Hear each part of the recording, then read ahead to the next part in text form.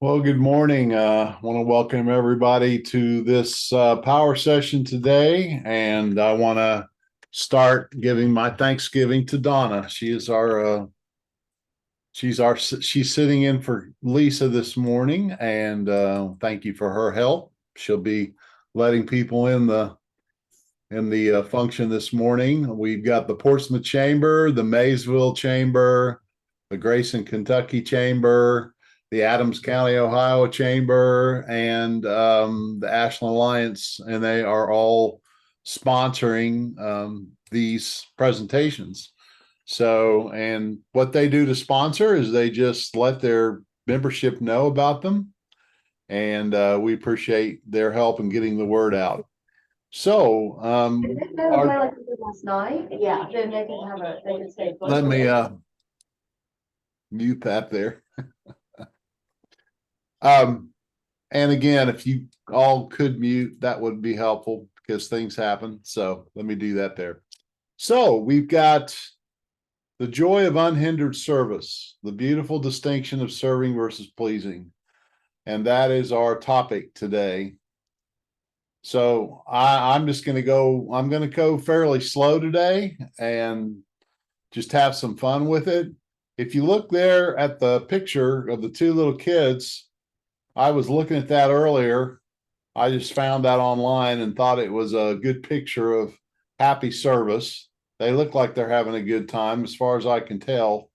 I'm wondering how well they're going to get the roof of the car and the hood of the car. I don't think, based on their current situation, they're going to do too good, but I think they're going to have a good time. So when we think about serving other people, does it bring a joy to you? Does it bring a smile to your face? Is it something that you look forward to? Is it something that defines your life? We're going to be talking about some of those things. We're going to talk about the distinction first, and then we're going to talk about a martini, and then we're going to talk about a waiter, and then we're going to talk about golden handcuffs, and they're all related. So let me stop one other thing there. Okay, so here we go. That's me. I've been married 38 years, serving my wife, and she's been serving me for 38 years with great joy. Three sons, Michael, Aaron, and Nathan, serving them most of the time with joy, sometimes with some real challenge. Granddaddy of all granddaddies, that's all service, and they don't always appreciate it, but they love it. Business leader and coach for 20 years, certified biblical counselor, help people with personal issues, and I have a passion to help people. So that's who I am. If you haven't been on one of these before, that's just a little brief introduction. I've got some rules, and these rules of the game will help you get the most out of this time.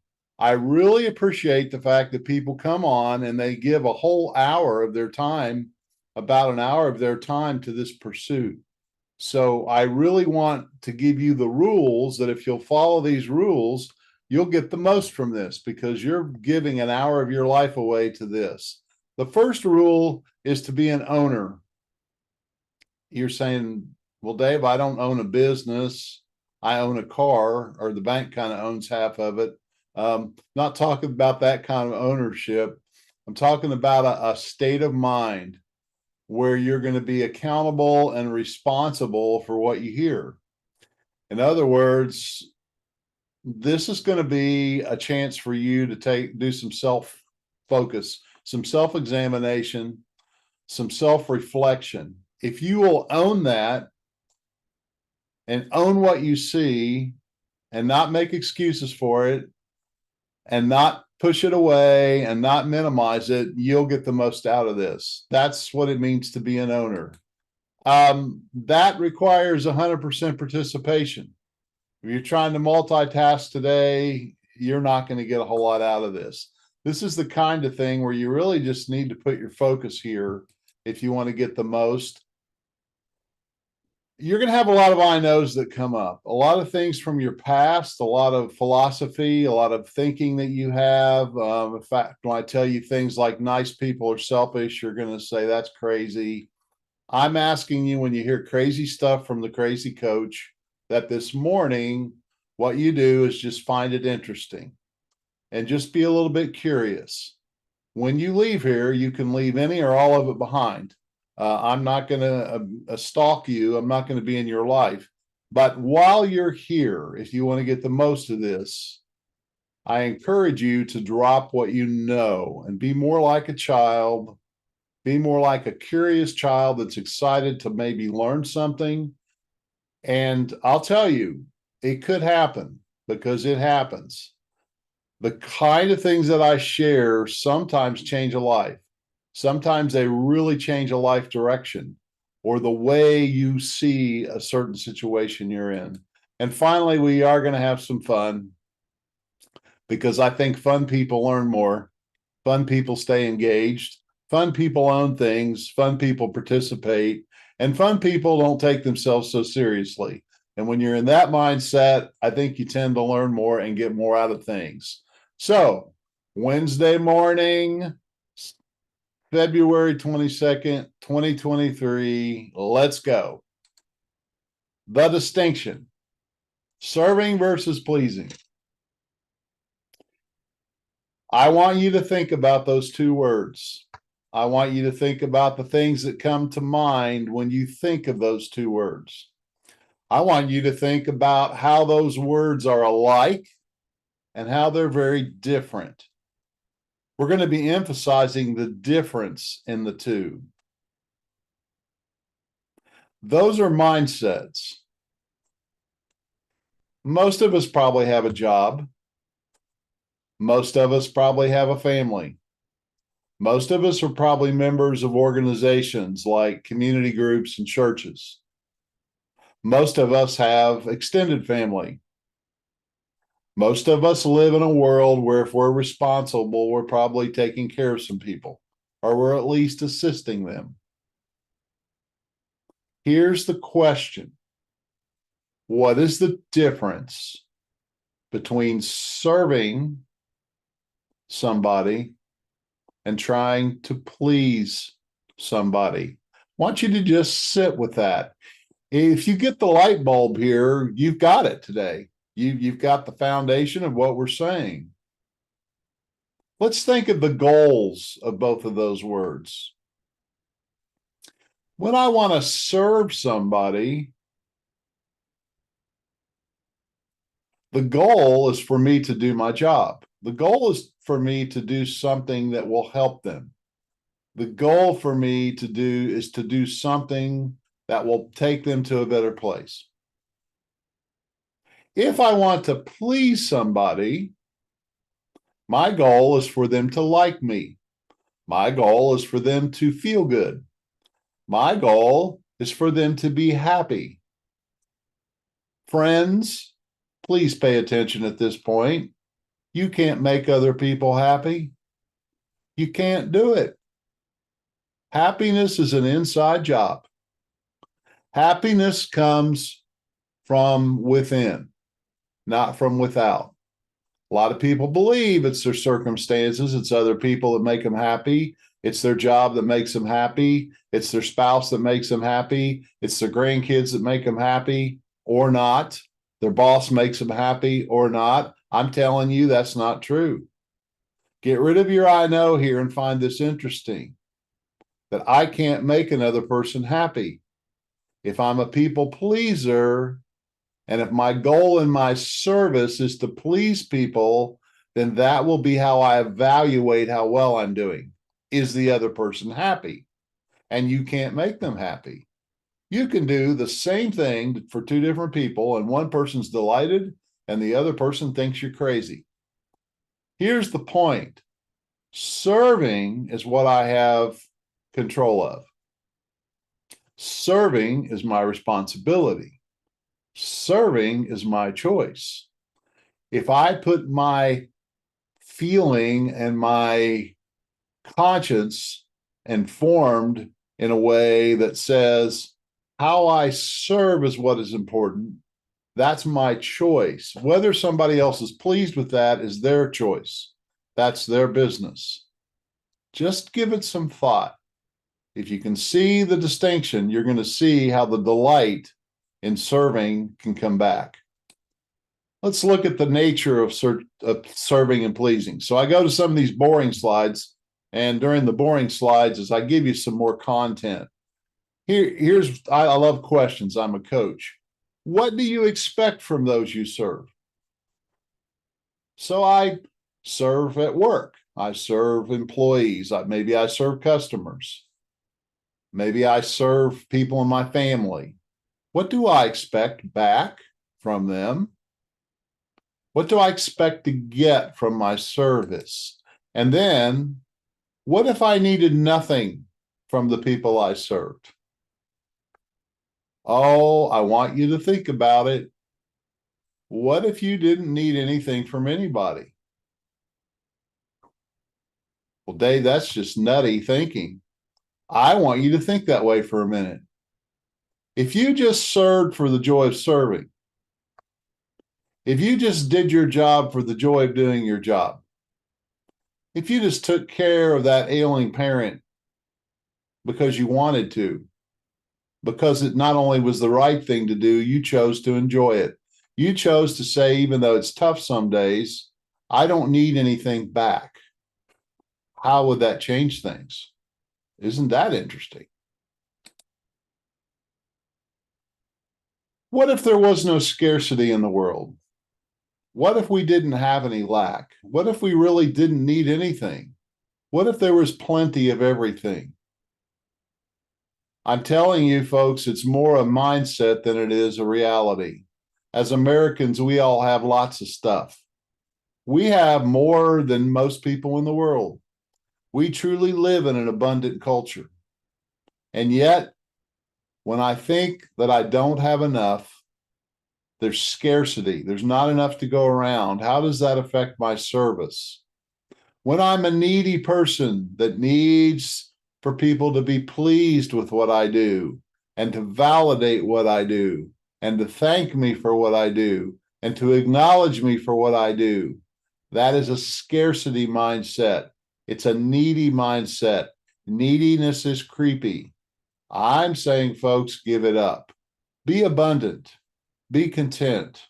Be thankful. Be glad. And don't require anything from anybody. Just serve. Now, this is where we take that little rule of the game I know and we employ it. Just find this interesting and be curious with it. I am messing with your head a little bit, but that's the nature of what I do. I'm not telling you to buy in completely. Just say, isn't this interesting? I've never heard anything quite like this. I want to go to the next point here. Let's look at this distinction that goes with serving versus pleasing. The joy of freely giving, expecting nothing, versus the needy attempt to please somebody and worrying and being concerned about whether they're happy. Let me say it again. The joy of freely giving, because I choose to give and want to give, versus I got to give, I got to work harder, I got to try to make them happy. The needy attempt to please somebody else.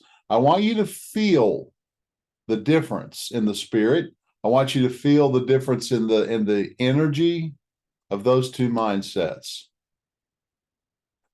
The kind of serving that I'm talking about today here that has no pleasing involved, no people pleasing involved, comes from a place of gratitude. It comes from a place of humility. I'm truly going to serve. It comes from a place of ownership. I'm choosing to give because I want to. Not because I have to, not because I'm guilted into it. This is true service. I do what I do because I choose to do it. I own it. I do it in a way that I need no accolades. I need no applause. I need no validation. That's the humility. And I do it from a place of gratitude, realizing that I've been given this beautiful gift of life. I have more than I need. That's the abundance. And so I take from this excess and I give. I'm telling you, it's a mindset. It's a mindset more than circumstances. Just marinate in that. Just find that interesting. What if you could be in that mindset every day? How would that change your life? Pleasing comes from a place of expectation, guilt, and fear. I'm afraid somebody's not going to be happy with what I do. I only do it because I feel guilty. It's not because I truly want to. It's because I feel like I have to. And I expect somebody to at least acknowledge it and appreciate it. That's the pleasing mindset. Now we're going to talk about the martini. You might say, well, Dave, if I'm going to try to go that route, I need to drink a bunch of those. That's not what this is about. I'm not a pro-alcohol person, but I do have a story here for you. Your uncle does have an issue with drinking. He is an alcoholic. And your uncle has asked you to pour him a drink, pour him a martini. Will you do it? The serving person would not. The pleasing person might and probably eventually would. It's the child, the young person, the teenager, the young adult that wants to keep using your credit card and refuses to work. It's a tough love thing, if you want to call it that. I don't really like the phrase too well, but people relate to that. They understand it. The martini. Let's talk about this. Serving in the way that I'm giving it to you this morning is an act of kindness. And if I want to serve, here's the question on my mind. What is best for them? It's not about me. What is best for them? That's the true question of service. What will benefit them the most? Second, the pleasing mindset is not an act of kindness, it's an act of niceness. I want to be seen as a nice person. Therefore, I do nice things, maybe not sincerely, maybe not completely because I think it's the best thing or the right thing, but I don't want to look bad. Niceness, in the way I'm putting it on here, is answering the question, what is best for me? Not what's best for them, what's best for me. It's selfish. Nice people are selfish. Now, Dave, that's rough. If you're a parent, if you've always been nice to your kids, come on, let's be honest here. If we've been a parent, we've not always been nice to our kids. And I ask people when they say, oh, I'm not always nice to my kids. I've not always been nice to my children. Why? Well, because I care about them. Because sometimes they don't need my niceness. They need my kindness. They need my kindness and a little bit of discipline and a little bit of limitation and a little bit of challenge. And if I really care about them, I just don't let them do whatever they want. A nice person just lets other people do whatever they want. A kind person sometimes puts a challenge out there, a limitation. Let's talk about a surgeon. Surgeon will hurt you. A good surgeon will hurt you. Good surgeon will cut you. Good surgeon will put his hand inside of you and take stuff out and put stuff in. And sometimes he'll twist things and turn things. And gosh, that's not very nice, is it? But I'll tell you what a surgeon never wants to do. He never wants to harm you. The surgeon wants to heal you, but he understands that sometimes healing comes after some hurting. Pain is a gift, my friends. Pain is something that gets our attention and tells us something is wrong. Surgeons understand that pain is a good thing. It gets people's attention. It gets them to the surgeon so the surgeon can do something. The surgeon sees the value of hurt. Do you see the value of hurt? Do you see the value of pain? A serving person will. We're not out to hurt people just for no reason, but we recognize that hurting is different than harming. Harming is to pull somebody down. Harm is to actually destroy somebody.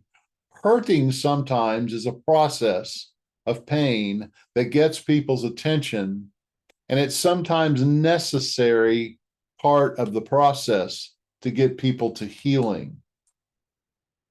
Now, we're not talking about being rude here. We don't need to use a hatchet. We're trying to be professionals. We're going to use a scalpel. We're going to cut as small as possible and create as little pain as possible.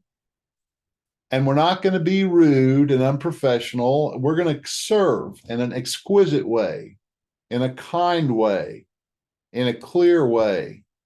Being clear is kind. It serves, but it doesn't always please. Now, I want to slow that one down. If you ever had a conversation with somebody, maybe it is your boss. Maybe it's somebody you're trying to work with. They sugar up their conversation so much, it's so sweet, you can't taste what they're saying. If I have a doctor again that's so sweet to me that just blathers over me and just tells me everything I want to hear and tells me how good I am, it's this self-esteem junk that we are just barraged with, that we just make people feel wonderful about themselves.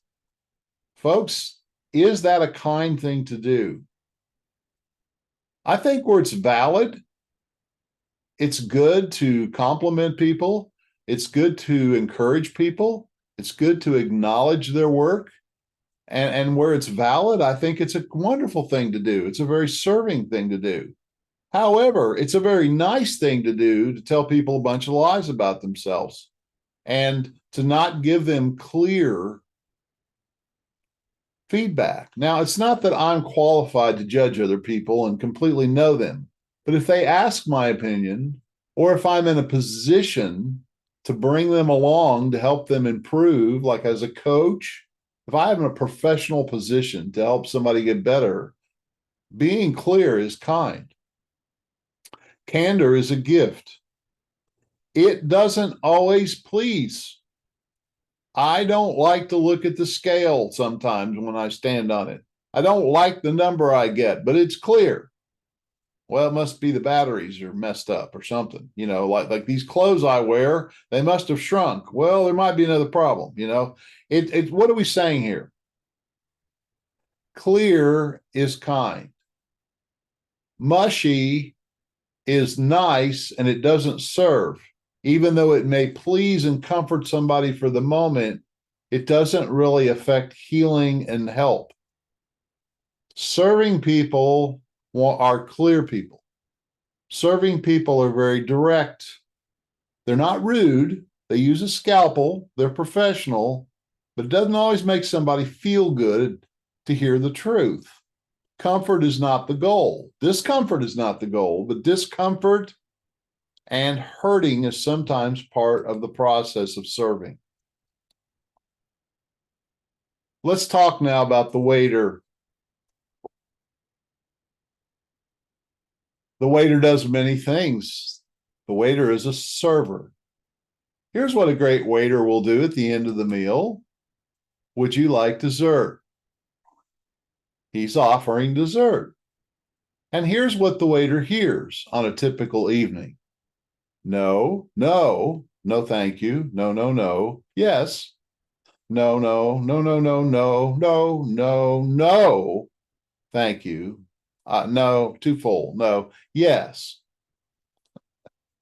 Now, here's what I want you to think about this server. Is he happy with the yes and sad with the no? You'd say, I don't think he really cares too much about the response.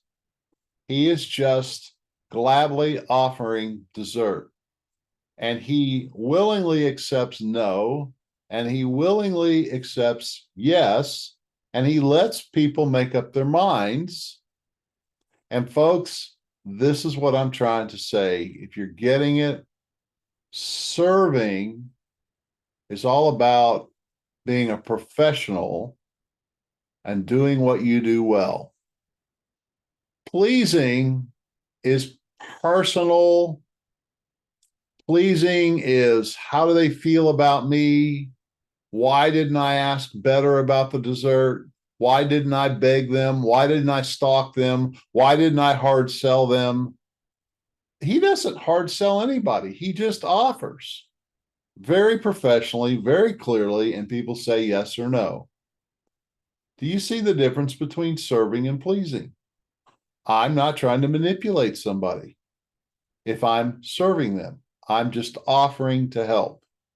They can say, yes, I want your help, or no, I don't want your help. The nature of serving and pleasing: a professional server versus a social pleaser.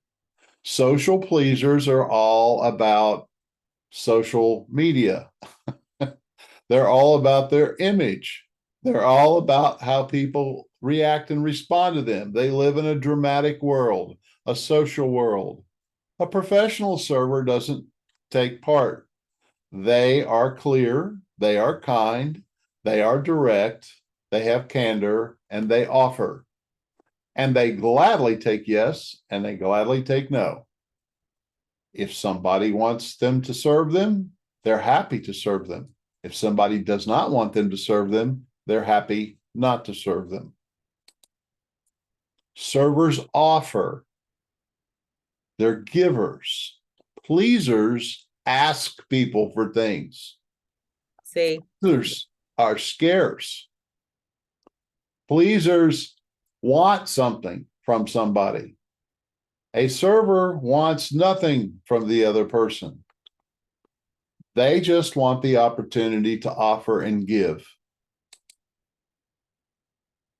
Let's talk about the words yes and no. Most people that I have worked with through the years find the word yes to be a positive word and the no word to be a negative word. I'm telling you that no is a beautiful word. No is a defining word. No is a boundary word. No is a limiting word. Do you know every time you say yes, you're saying no? Every time you agree to do something, you're not doing something else. I think people are overcommitted these days. My goal as a coach is to get people less committed. They think they're committed and they're trying to do too much. Servers understand that they want to do the things that they want to do with a full yes, and servers are excellent at using the word no. How are you at using the word no? How do you feel when you tell somebody no? Do you feel guilty? Do you feel put upon? Do you feel overwhelmed? Or do you say it with a smile? No, thank you. I think I'll pass on this one. I think I'll pass on this opportunity. No, I would love to help you in one sense, but I have some other priorities. I've got somebody else that might love to do that. I can give you their name, but I'm not going to be able to do that. I could do it, but I'm choosing not to. That's owning it. There's a beauty and a glory in the word no. It's a clear word. I'll try is not clear. I'll do my best is not a clear. I'm not against I'll try and I'll do my best. I mean, it's okay to try some things, to have some intentions, to do your best to do them, but not make a commitment. But there's something beautiful and glorious about the word clear and word no. It's about commitment. How is commitment related to service? A serving person commits. A pleasing person has a lot of intentions. A pleasing person lacks some integrity because you really don't know if their word means that it's actually going to occur. And they probably try to take care of the loudest barking dog. They go after the noisy person, the one that begs, the one that whines. The pleasing person owns it. They choose to fully serve, expecting nothing in return, but they've defined things. They own their life and they use the word no. It's a glorious and beautiful word. They're not afraid of the word no. They've practiced using it and they use it so that they can say yes to where they can truly serve the best. I see businesses all the time that try to be everything to everybody, and they take any customer that has a dollar in their hand because they're scarce and they're afraid to say no to a customer. They're afraid to say no to somebody who wants service, but that person would not be served by them well. They don't fit that business. It would be better for that person if you really had their value in mind to send them somewhere else. Serving people know how to use the word no and set boundaries because they're committed. They have integrity. They're clear on their values. They're clear on how they serve and how they don't serve.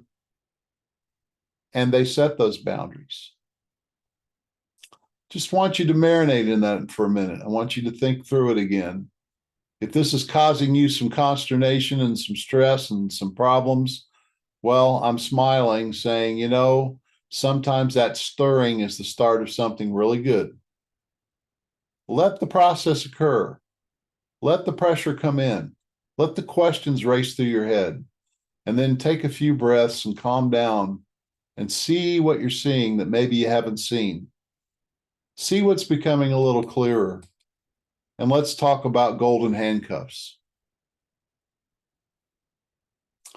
Maybe you've heard the term. Here's the way I've heard the term used. As a business coach for 22 years, working with many small business owners, working with many employees and many people like that, I've heard this comment so many times and it just tears me up on the inside. That people are staying in jobs and in situations they hate because they've got golden handcuffs. They have benefits. They have medical benefits. They have insurance. They have some kind of an illusion of some kind of security with this place, but they absolutely despise and hate their job. They dread Monday morning. They get up and they go in, but they stay because they're cuffed to the salary, to the retirement, and they live serving in a bondage, actually. The mental fear and bondage of serving money, it's golden handcuffs. This may really hurt to hear this, but it's because I want to serve you. I don't want to please you. I want you to consider what you really are serving. What would it mean if you walked away from that handcuff? What if you took the key and resigned and said, I'm going to go serve? I'm going to spend my life and invest my life giving in a way that I can give with great joy and giving with great gratitude and giving because I want to, not because I have to. Joyful, sacrificial service versus resentful, hypocritical pleasing. Going in and acting the part, but not really feeling it. Going in and pretending that you're serving, but really what you're trying to do is just make everybody happy enough so I can keep getting the benefits. It's a needy place where I want, I worry,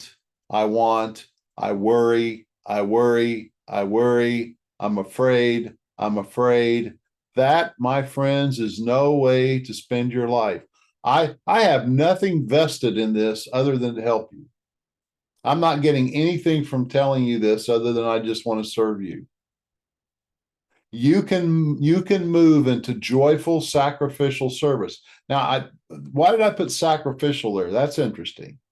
because I think true service gives, and I think it gives till it hurts. I think it gives a lot. I think it gives yourself completely, but you do it with great joy. This kind of serving that I'm talking about is a joyful thing, even though it costs you a lot sometimes. So we're not talking about being stingy and being selfish. We're talking about really giving yourself away and giving your true heart away to people and helping them with expecting nothing in return. Versus, I keep the job because of what I get from it. I see people bound to other people this way. They stay in relationships and with people because of what they can get from them. They're using them. They're not joyfully serving them. There is such a difference. Let this challenge you today. Do you want to do it or do you have to do it? Have to is pleasing. Want to is serve. Do you want to go to work or do you have to go to work? Do you want to take care of that person or do you have to take care of that person?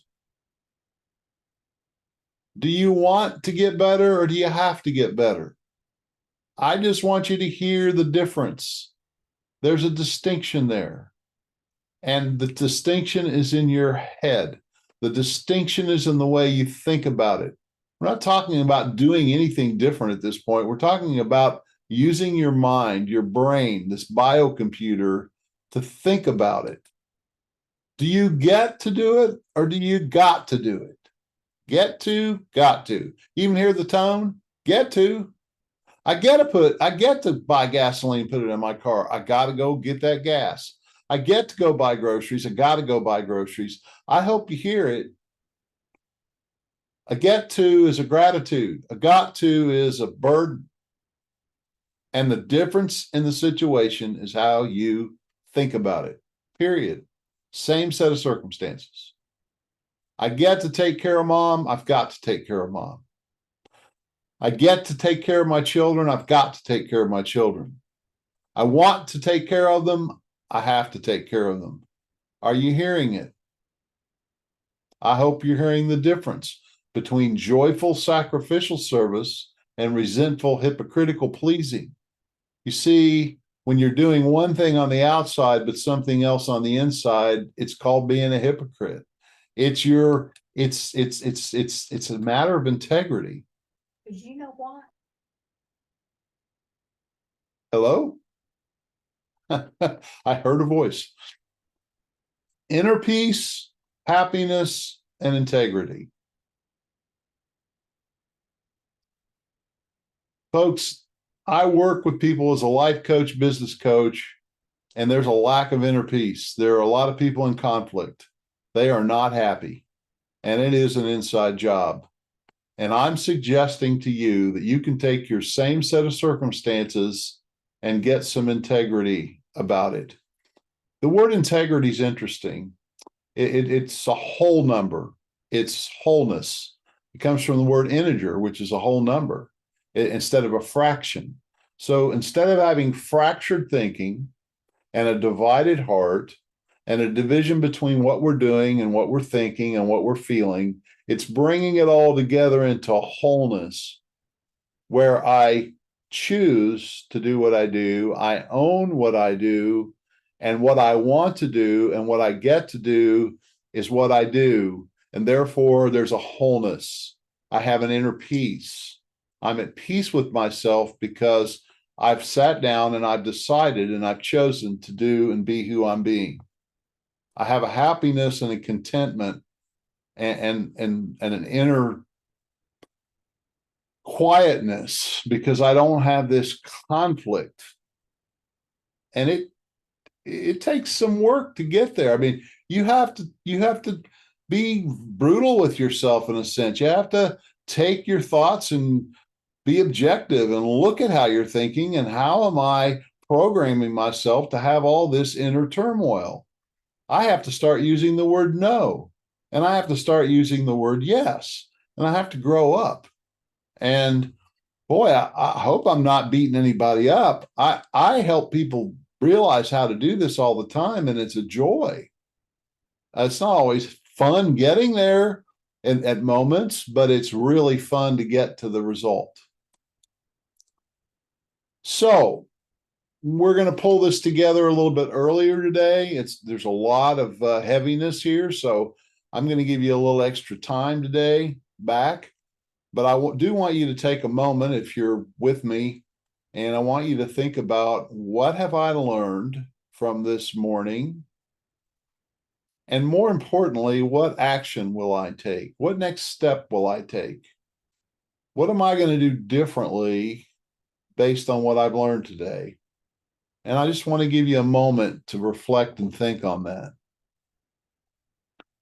Here's some things you can do if you want to. I'm going to offer some things. If you just like the slides, just to go back through them, I'd be glad to send you that on a PDF. You just have to email me. Second, if you'd like an article on that idea of being clear with people and how being unclear equals unkind, I've got an article. Be glad to send that to you. And third, if you want 30 minutes of my attention and time on a virtual call, I'd be glad to give it to you, just because you came to this and just because you have an interest in being better. And that is free upon request. It is not a sales call. I don't try to convince you to become my client and pay me money. That's not what that is about. That's about me taking 30 minutes and gladly, freely giving it to people who want to get better. I love to serve people who want to get better. That's what coaching is about. It's helping people improve their lives and improve their direction. So there's my email address, Dave Beam at mentordavebeam.com. And if you'd like to take advantage of any of those three offers, that would be my joy and my pleasure to serve you in that way. So I want to thank you for coming today. There are a number of other programs coming up this year. You can go to the website, mentordavebeam.com, and see what those are. They're all just like this, 45 minutes to an hour. We just share some good things to think about. So with that said, I'm going to sign off, and we'll see you next month and hopefully hear from some of you. Thank you.